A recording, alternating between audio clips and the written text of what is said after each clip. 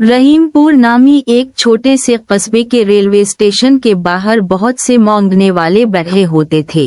उन्हीं में आमिर नाम का एक नौजवान भी था। आमिर की एक छोटी बहन थी जिसका नाम ज़ैनब था। ज़ैनब 5वीं क्लास में पढ़ती थी और बहुत ही ज़हन और सुलझी हुई लड़की थी। कुछ साल पहले उनके वालिदैन का इंतकाल हो गया था, जिसकी वजह से ज़ैनब की देखभाल और पढ़ाई की तमाम जिम्मेदारी आमिर के कंधों पर आ गई। उनके घरेलू हालात बहुत खराब थे और गुर्बत खत्म होने का नाम ही नहीं ले रही थी। अपनी छोटी बहन का मुस्तकबिल बनाने और रोजी रोटी कमाने के लिए आमिर रेलवे स्टेशन के बाहर मजबूरी में हाथ फैलाने पर मजबूर था।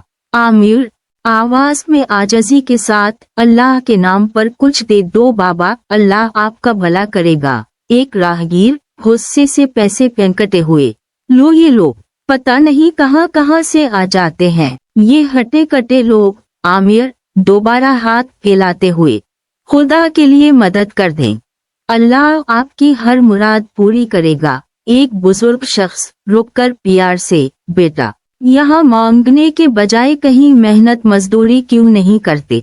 अल्लाह ने तुम्हें सलामत हाथ पांव और जवानी दी है। बुजुर्ग की ये बात आमिर के दिल पर तीर की तरह लगी। इसने इसी वक्त खुद से पक्का वादा किया कि वो खुद तो हालात की वजह से अपनी तालीम मुकम्मल नहीं कर सका, लेकिन अपनी बहन ज़ैनब को आला तालीम दिलाएगा और उसे अपने पैरों पर खड़ा करेगा। अचानक इसकी नजर पास ही चाय के एक होटल पर पड़ी, जहां बहुत से लोग काम कर रहे थे। आमिर ने सोचा कि क्यों ना वहां जाकर काम मांगा जाए। आमिर होटल के मालिक से, साहब क्या मुझे यहां काम मिल सकता है? मैं कोई भी काम कर लूंगा। होटल का मालिक ताज्जुब से, अरे तुम तो वही रेलवे स्टेशन वाले लड़के हो ना, तुम्हें अचानक काम करने का ख्याल कैसे आ गया? आमिर, साहब मुझे काम की सख्त जरूरत है। मैं अब मांगने की जिंदगी नहीं जीना चाहता। मैं अपनी मेहनत से कमाना चाहता हूँ। मैं पूरी ईमानदारी से काम करूँगा। प्लीज मुझे एक मौका दे दें। होटल का मालिक, ठीक है, लेकिन याद रखना यहाँ जो भी काम दिया जाएगा वो दिल लगाकर करना पड़ेगा। आमिर खुश होते हुए, जी साहब, आप जो भी काम कहेंगे मैं पूरी ईमानदारी से करूँगा।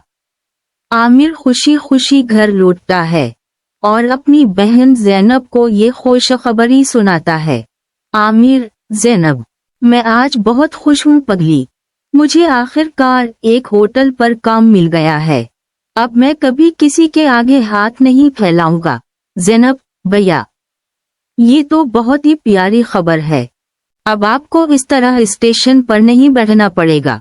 मैं बहुत खुश हूँ। आमिर, बस अब मैं दिन रात मेहनत करूँगा और तुमने सिर्फ और सिर्फ अपनी पढ़ाई पर ध्यान देना है। अगले दिन से आमिर चाय के होटल पर पूरी लगन और अमानतदारी से काम शुरू कर देता है। होटल का मालिक इसकी सफाई और मेहनत देखकर बहुत खुश होता है। एक दिन मालिक आमिर को अपने पास बुलाता है। होटल का मालिक, आमिर, तुम इतनी लगन से काम करते हो, तुम अपनी अधूरी पढ़ाई दोबारा क्यों नहीं शुरू करते?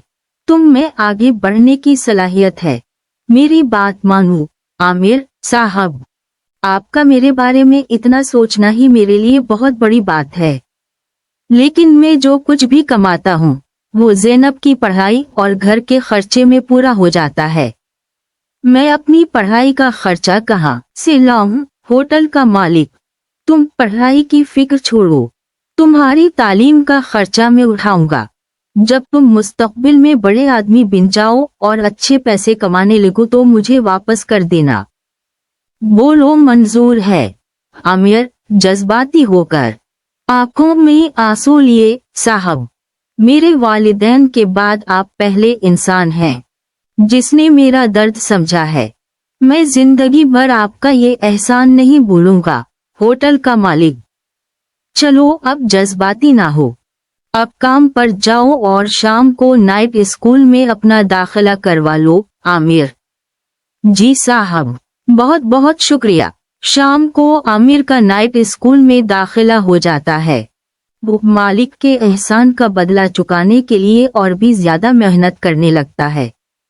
वो सुबह सवेरे अखबार बांटता, दिन भर होटल पर काम करता और रात को पढ़ाई करता। दूसरी तरफ जैनब भी स्कूल में हमेशा पहली पोजीशन लेती। एक दिन घर पर जैनब अपने भाई को एक मशवरा देती है। जैनब, भैया, मैं सोच रही थी कि अगर हम अंकल के होटल पर चाय के साथ कुछ खाने पीने की दूसरी चीजें और स्नैक्स भी रखें तो ग्राहक ज्यादा आएंगे और होटल की कमाई भी बढ़ जाएगी। आमिर, आइडिया तो बहुत जबरदस्त है जैनब। मैं कल ही साहब से बात करूंगा। अगर वो मान गए तो हम इस पर खूब मेहनत करेंगे। जैनब, जी भैया। और इस काम में मैं भी पढ़ाई के बाद आपका हाथ बटाऊंगी। आमिर, नहीं जैनब, तुम सिर्फ अपनी पढ़ाई पर फोकस करो, बाकी सब मैं खुद संभाल लूंगा। आमिर होटल पर जाता है। इस दिन काम की वजह से वो थोड़ा लेट हो जाता है। होटल का मालिक, अरे आमिर, आज बड़ी देर कर दी। आमिर, जी साहब, बस थोड़ा काम था इसलिए देर हो गई।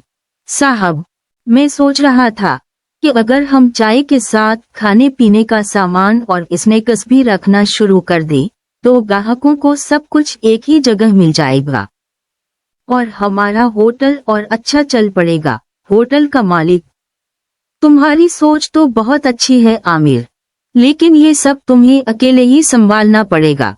मैं अब बूढ़ा हो चुका हूँ और मुझसे ज्यादा भाग दौड़ नहीं होती। आमिर साहब, आप बिल्कुल फिक्र ना करें, मैं सब कुछ अकेले संभाल लूंगा।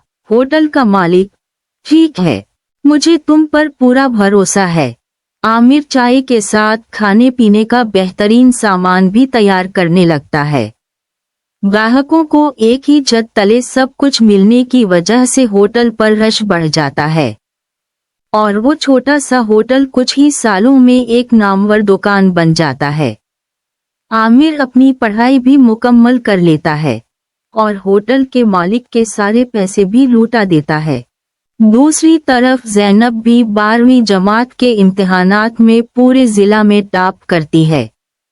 आमिर की दिन रात की मेहनत से अब एक होटल से 3 कामयाब ब्रांचेज बन चुकी होती हैं।